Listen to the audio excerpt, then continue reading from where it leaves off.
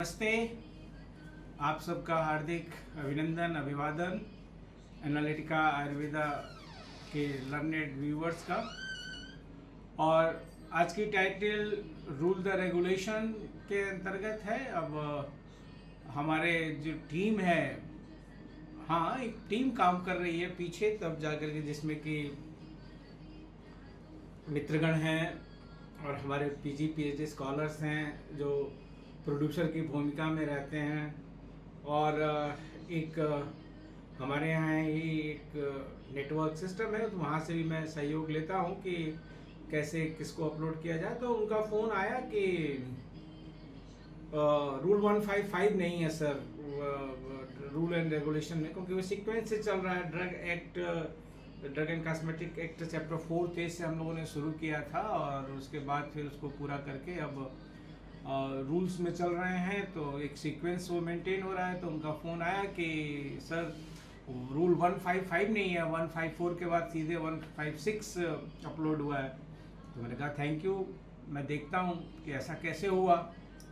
तो मैं रूल 155 पर गया and what I observe that rule 155 was just omitted and so far it was not taken. But what was the rule 155 before omission in the 2021? And that was the renewal, certificate of renewal. And 155C is the certificate of renewal, 154 and 155 is the certificate of renewal, and then 155A is the certificate of renewal of loan license, and then rule 155B is the certificate of award of GMP of Ayurveda, Siddha and Unani drugs, and then rule 156, that is the duration of the license, which is before you. It has been already uploaded. So when my team asked me, sir, what about the rule 155? मैंने कहा okay, तो rule 155 is not existing now. It was about the certificate of renewal of the license, and that was some periodical this. And if you go to the old editions of the same this drug and cosmetic book of the Eastern publication or any other publication, you will get the whole provision. What are the provisions for the renewal of the license, and it has been just put it out with that industry friendly amendment. And it was about a periodical period, the 3 year and then the 5 year, and about the license and the whole procedure and the whole repetition of the inspection, and many more things were there which were making this manufacturing unit always in an alert mode. There is a need of renewal, there is a need of renewal. But renewal, and with the renewal there was an inspection, but now it has been omitted, and so this there is no question to get it again. And it was with the certificate of renewal. The certificate is renewal license in form 25D shall be issued in form 26D. It was about when the system was existing, but it is not now. Nowadays the duration of license is, we have discussed it under the rule 156, that is the perpetual, अनंत काल तक. फिर इसमें आपकी अपनी responsibility है कि आपको एक सेल्फ डिक्लेरेशन हमेशा देना है. उसके लिए सारी सीमाएं आपको बताई गई हैं कि 3 महीना पहले से शुरू कर देंगे आप. फिर जब सैंक्शन आएगा तो उसके 3 महीने from the date of that sanction. अगर कोई आपत्ति होगी तो फिर आपको कैसे उसको निवारण करना है. और मतलब अब आप गवर्नमेंट जब चाहे तब इंस्पेक्शन कर सकती है. अगर उसके पास कोई भी ऐसा ग्राउंड बनता है, कोई भी आपके यूनिट की कंप्लेन होती है, या गवर्नमेंट इटसेल्फ समझती है कि नहीं उसको इंस्पेक्शन में जाना चाहिए, तो ऐसे राइट और पावर गवर्नमेंट के पास हैं. लेकिन एक जनरल फिनोमिनन जो था कि नहीं, विदाउट इंस्पेक्शन री इंस्पेक्शन आपका रिन्यूअल नहीं होगा लाइसेंस का, तो वो खत्म हो गया. That is not now. And the rule 155 and 155A both belongs to that category only. So it was just left, because there is nothing to discuss and there is nothing to interact there. So it is just an academic interest that yes, we should count what about the rule 155 before jumping from directly rule 154 to rule 156. Fine. So this is the reason why rule 155 is not uploaded, and it may be a question in your mind too. Okay, yes, I'm pursuing the whole interaction regularly, and sir is jumping from rule 154 to the 156. Why not? It has rule 155 has been addressed. So dear friends, rule 155 is now no more, and that is the certificate of renewal, and it is the omitted under the GSR 7116E dated 1st October 2021, which was in the effect from the 4th October 2021, and it was like that. Certificate of renewal, the certificate of renewal of a license in form 25D shall be issued in form 26D, right? And in the same way it was for the rule 155A. It is the 907 is the in this edition the reference omitted by the GSR 716E dated 1st October 21 with effect from the 4th October 2021, and prior to omission it read as a 155A certificate of renewal of a loan license. The certificate of renewal of loan license is form 25E shall be issued in form 26E. जो आपका licence मिला था वो 25D में मिला था licence, और फिर 25E में मिला था आपका लोन लाइसेंस. तो अब वो जब रिन्यूअल की परिपाटी ही ख़त्म है, अगर जब थी तो आपको ये दिखेगा कि जो लाइसेंस था वो रिन्यूअल 26D में होता था, एक अलग फॉर्म ही था. लाइसेंस के लिए 25D और रिन्यूअल के लिए 26D, बट और ऐसा ही लोन लाइसेंस के लिए था. लेकिन अब ये व्यवस्था समाप्त है. लोन लाइसेंस 25E और रिन्यूअल 26E, लेकिन अब ये व्यवस्था समाप्त है. अब आपको सेल्फ डिक्लेरेशन में जाना है और रूल 156 फॉलो करना है. लेकिन रूल 155B में एक है अभी, the certificate of award of GMP of Ayurvedic, Siddha and Unani drugs. The certificate of good manufacturing practices to manufacturers of Ayurvedic, Siddha and Unani drugs shall be issued in form 26E1 to licensee who comply with the requirement of the good manufacturing practices in Ayurveda, Siddha and Unani drugs as laid down in the Schedule T. Fine. लेकिन यहाँ भी एक amendment type दिख रहा है, और वो ये दिख रहा है कि by the GSR it was given into the 2003. मुझे याद आता है कि GMP जब नोटिफाई हुई थी जून 20 में, और फिर उसको लागू किया गया था 2 साल के ग्रेस जून 2000 में. उसके बाद एक ग्रेस पीरियड से तो 2033. लेकिन मैं इसको पढ़ देता हूँ. Institution by the GSR 1998E dated 7th March 2003. Earlier the same was inserted by GSR 560E dated 23rd June 2000. आई बात 23rd June 2000, and it is effective from the 23rd June 2000, and provision to rule 1 of the amendment rules provided that in the case of Ayurveda, Siddha, Unani units which have been registered before the date of commencement, these rules shall come into force after 2 years from the date of such commencement. वो 2 साल का transitional period था जो बढ़ता 2006 तक गया था. हमेशा एक्सटेंड हो जाता था, हर 6 महीने पर एक्सटेंड हो जाता था. बहुत भारी विरोध, लेकिन एक विल पावर आई और इसको मैंडेटरी किया गया. तो ये रीनंबर्ड भी हो गया, और अब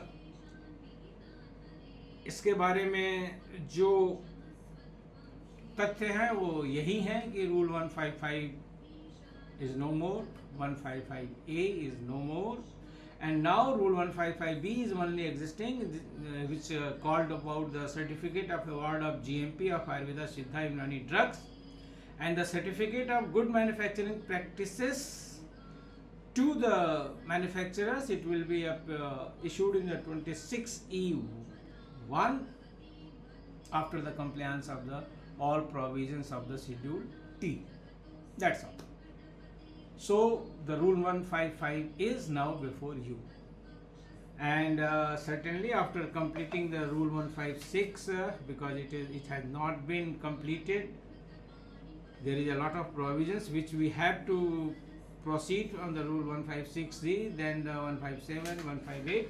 It is a very interesting journey which we are making, and I welcome you all.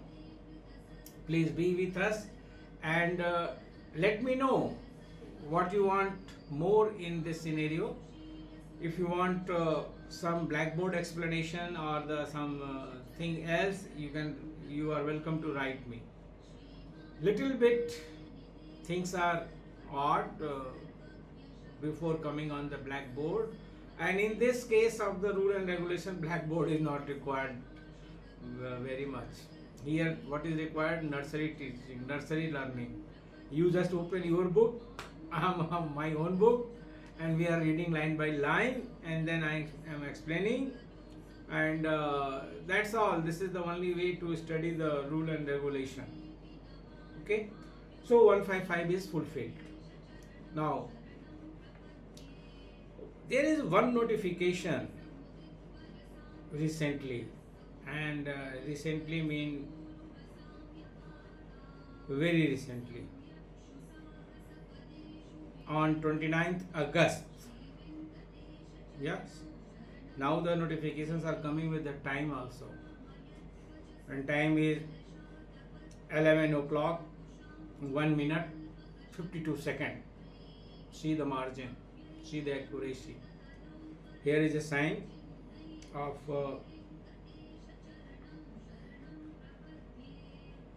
Under Secretary to the Government of India, Madan Lal Meena ji, and he signed on this. Certainly it is something digital. On 29th August at 11 o'clock 1 minute and 52 seconds. And this has been issued by the Ministry of Ayush, NBCC office, block 3rd, 2nd floor, East Kidwai Nagar, South extension 1st, New Delhi. इसको भी बताना जरूरी था।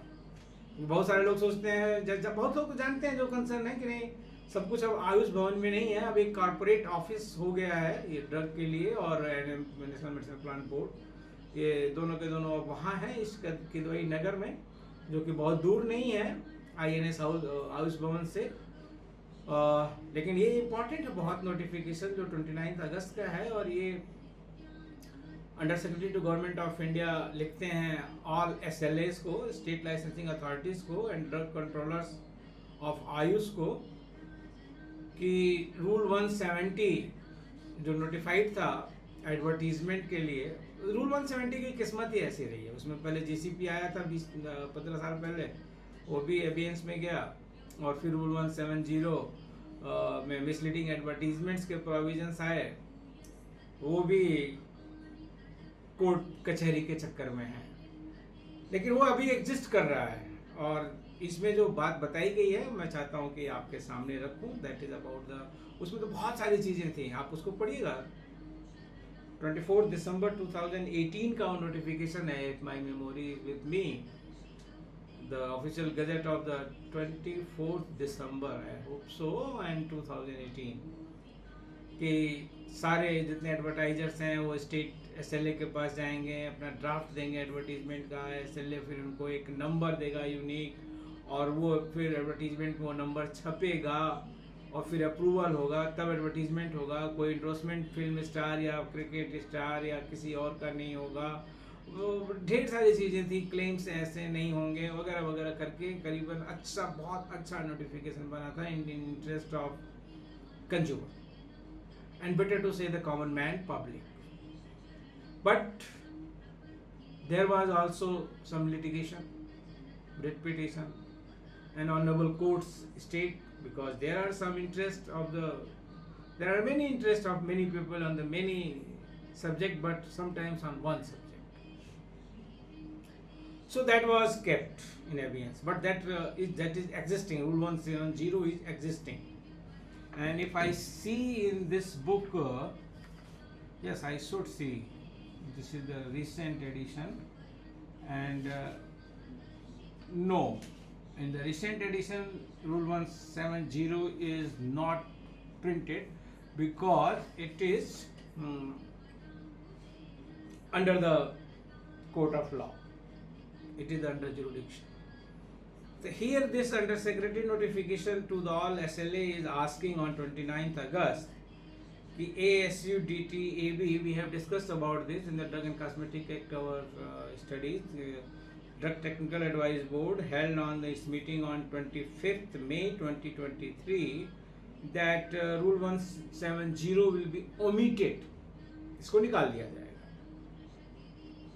लेकिन निकालने के पहले अभी इस पर कुछ विचार विमर्श चल रहा है, क्योंकि इस पर रिट पिटीशन हुई है और इस किताब में भी वो नहीं छपा हुआ है, तो अभी उसको निकाला नहीं गया है, लेकिन उस पर विचार चल रहा है कि क्या किया जाए, क्योंकि वो बहुत एक कॉम्प्लिकेटेड इशू है.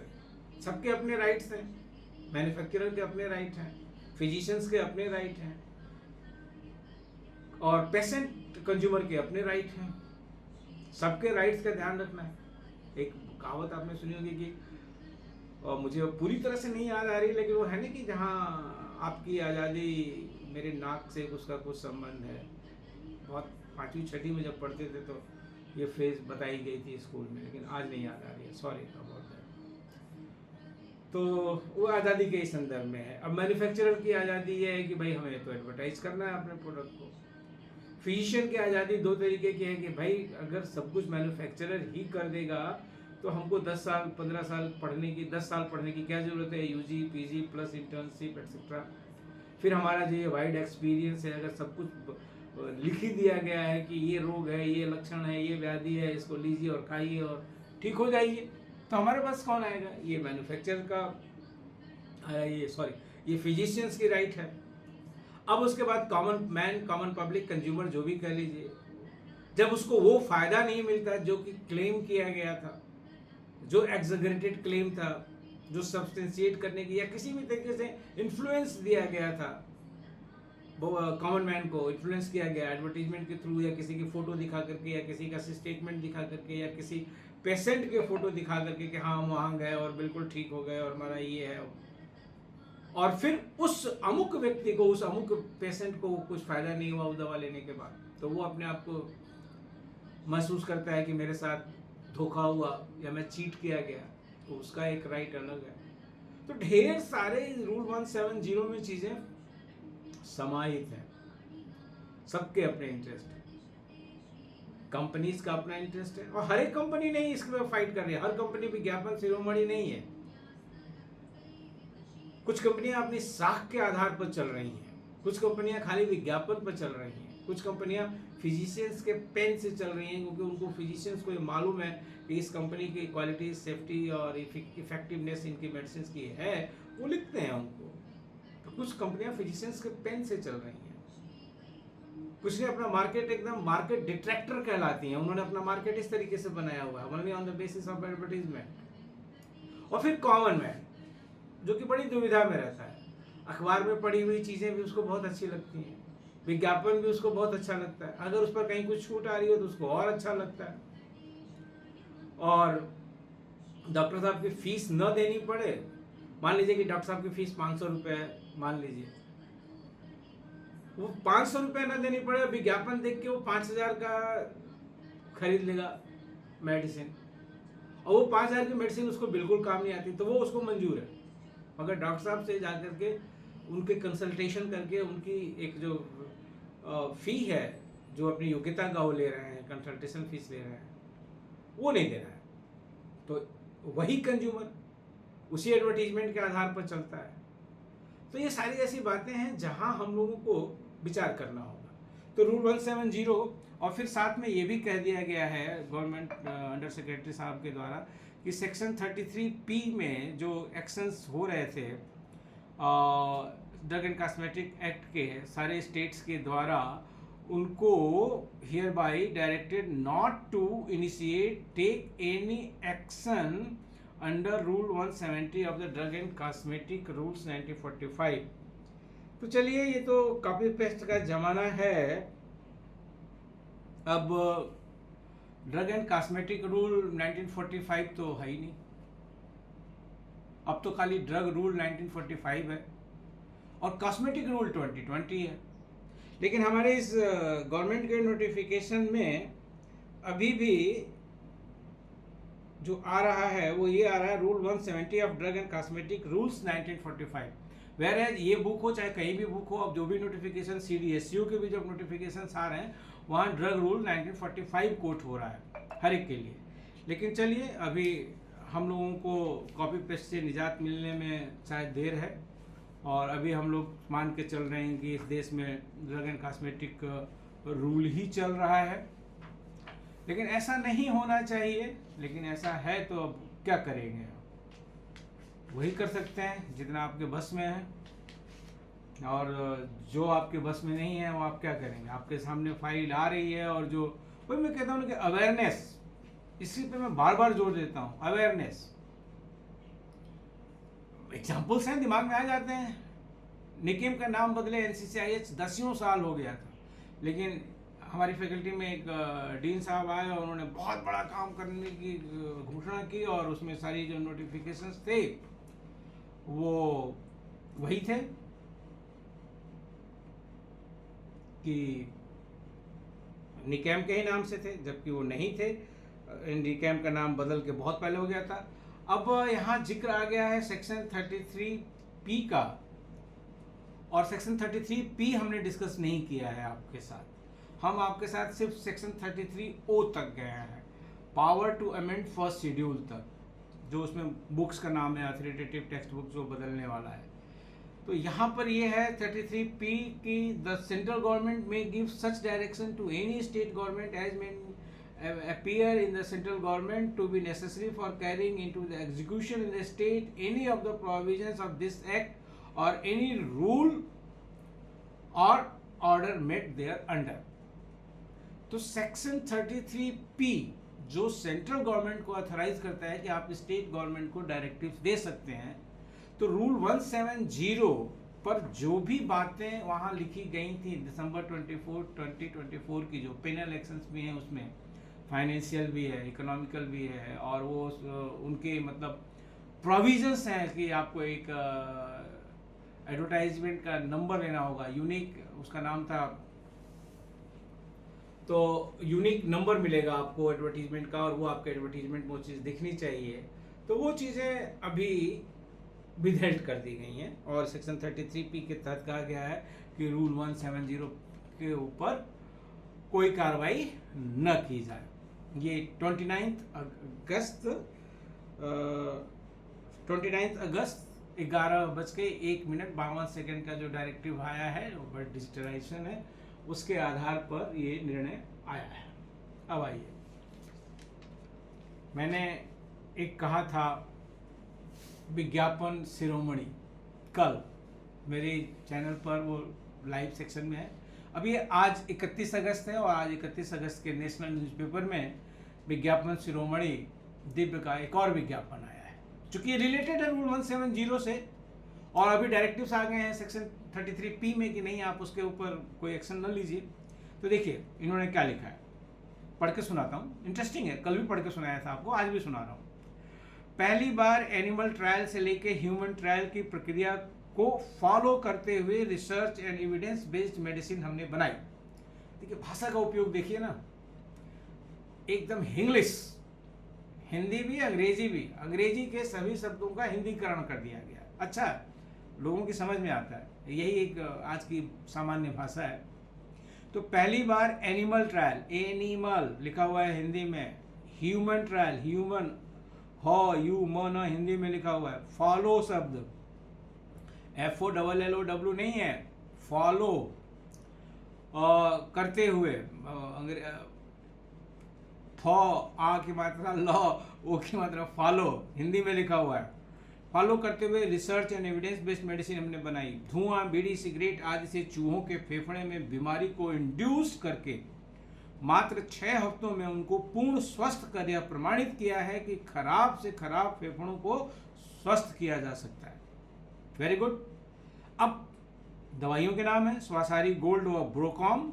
जिनके फेफड़े 90% तक कोरोना या किसी भी कारण से संक्रमित हो गए थे, उनको भी योग के साथ इन दवाइयों का प्रयोग करवाकर हमने पूर्णतः स्वस्थ किया योग के साथ। स्वासारी गोल्ड प्रतिदिन 1-1 गोली खाली पेट लें अथवा शहद के साथ स्वासारी गोल्ड पाउडर चाटने से विशेष लाभ मिलता है।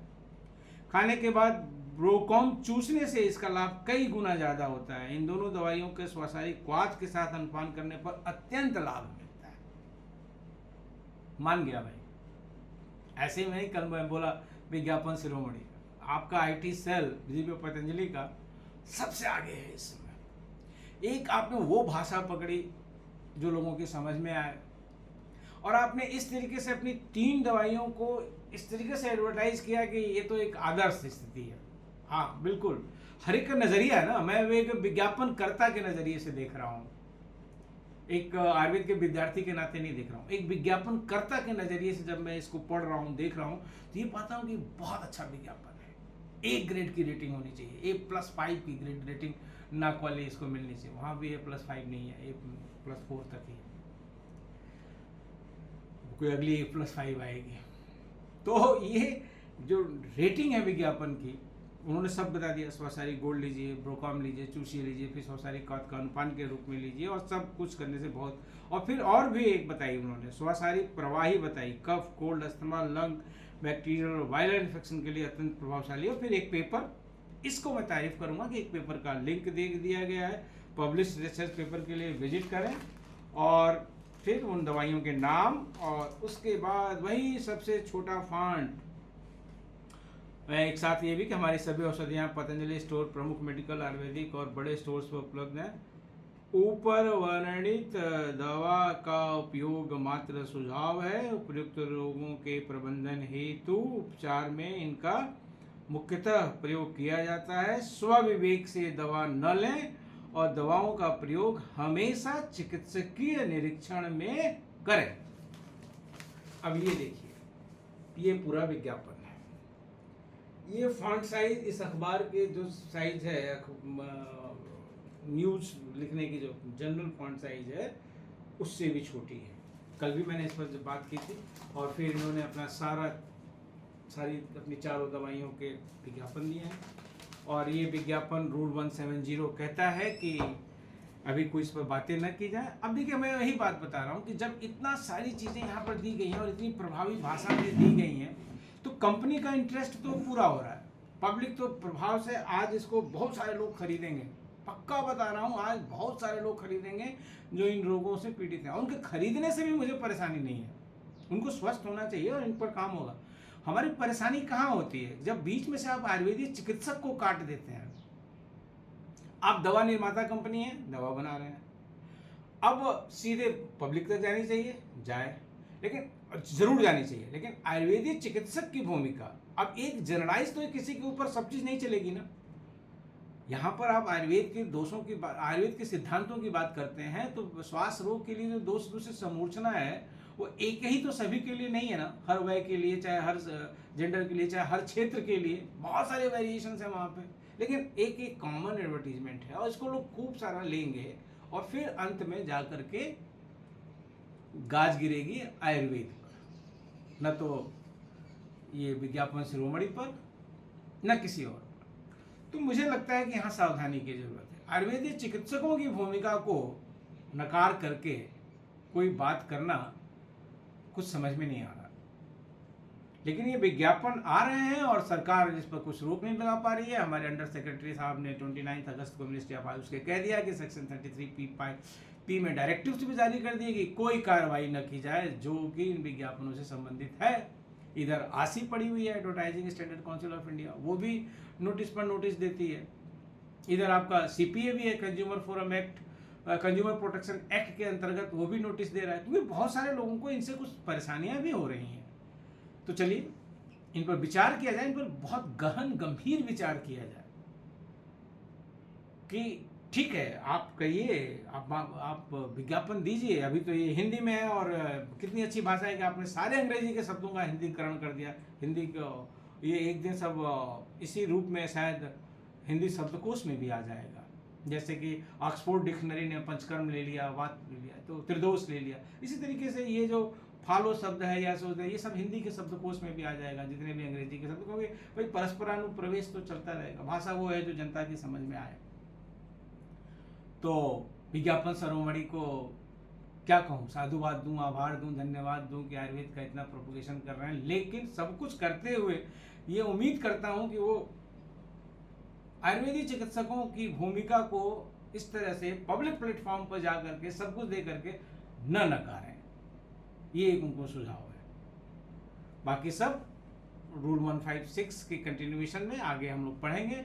रूल 155 छूट गया था और ये और जो होता है अच्छा होता है ना। 155 छूटा तो ये जो 29 अगस्त का नोटिफिकेशन है अंडर सेक्रेटरी साहब का, वो भी डिस्कस हो गया और ये चीज़ें भी आ गई। मिलते हैं फिर, इंतज़ार करिए। और देखिए हमारी टीम बहुत सचेत है आपके लिए, और आप लोगों के लिए वो एक एक चीज़ जो है हमको याद दिलाते हैं कि ये छूटा हुआ है, ऐसा करना हुआ है। क्योंकि व्यस्तता सबके पास है, लेकिन ये छात्री हैं, आप ही की तरीके से हैं, जो MD और आयुर्वेद और PhD कर रहे हैं। और वो बहुत इंटरेस्ट लेकर के इन चीज़ों को, जब मैं ऐसे लाइव होता हूँ तो सुनते हैं, नोट करते हैं, उनकी क्लास हो जाती है और एक एक पॉइंट वो नोट करके हमको बताते हैं। और आप हैं कि इतनी कंजूसी कर रहे हैं कि आपको सब्सक्राइब भी करने में बड़ी दिक्कत हो रही है। अरे भाई, अगर आप थोड़ा सब्सक्राइब करेंगे तो YouTube की एक पॉलिसी है कि इतने नंबर तक अगर सब्सक्रिप्शन हो जाते हैं तो वो उसको प्रमोट करता है। ठीक है, आप सोचेंगे कि मोनेटाइजेशन की बात मेरे लिए आती है, मैं उसको अभी नहीं सोच रहा हूँ। वो तो मालवीय जी महाराज की कृपा से हमें अपना परिवार चलाने के लिए पर्याप्त धन मिलता है। बात यह है कि प्रमोशन, और प्रमोशन YouTube के द्वारा। तो जब एक निश्चित संख्या का सब्सक्रिप्शन हो जाएगा, 1000 है वो संख्या, अभी हम आप सब ने हमें 770 तक पहुंचाया हुआ है। अभी जब सब्सक्रिप्शन, और 1.5 महीने में कम नहीं है ऐसा लोग कहते हैं, आप इसको थोड़ा और रुचि से इस पर अपने मित्रों तक, अपने दोस्तों तक जो कि सुनते हो उनको, उनसे सब्सक्राइब कराइए। तो होगा ये कि जब ये 1000 की संख्या पहुंच जाएगी अगले 10-15 दिनों में, तो YouTube आपके इस वीडियो को जो आयुर्वेद के संदर्भ में हम आपसे और हम आप सब मिल के निकाल रहे हैं, उसको बहुत सारे लोगों तक पहुंचाएगा, वैश्विक होगा ये। तो इसकी ये क्राइटेरिया, इसके लिए मैं आपसे निवेदन करता हूं कि इस सब्सक्रिप्शन को बढ़ावें और विज्ञापन शिरोमणि के विज्ञापनों को एक जगह कटिंग करके रखें। कोई भी आप में से, मेरा एक मित्र जो PG कर रहा है रसायन द्रव्य गुण में, या PhD कर रहा है, जरा एक होमवर्क को ले लीजिए। इनके जितने विज्ञापन पिछले 1 महीने से आ रहे हैं, इनकी IT टीम इतनी अच्छी सक्रिय हो गई है, कहूँगा मैं कि इतनी अच्छी और टीम है ये, कि एकदम भाषा के प्रभाव को इस तरीके से सीधे मन और मस्तिष्क में उतार रही है कि कुछ व्यापार तो बहुत अच्छा बढ़ेगा। तो जरा एक तो कलेक्ट करिए, फिर इस पर बात करते हैं। नमस्ते, धन्यवाद, अभिनंदन, अभिवादन, साधुवाद। मिलते हैं, नमस्कार।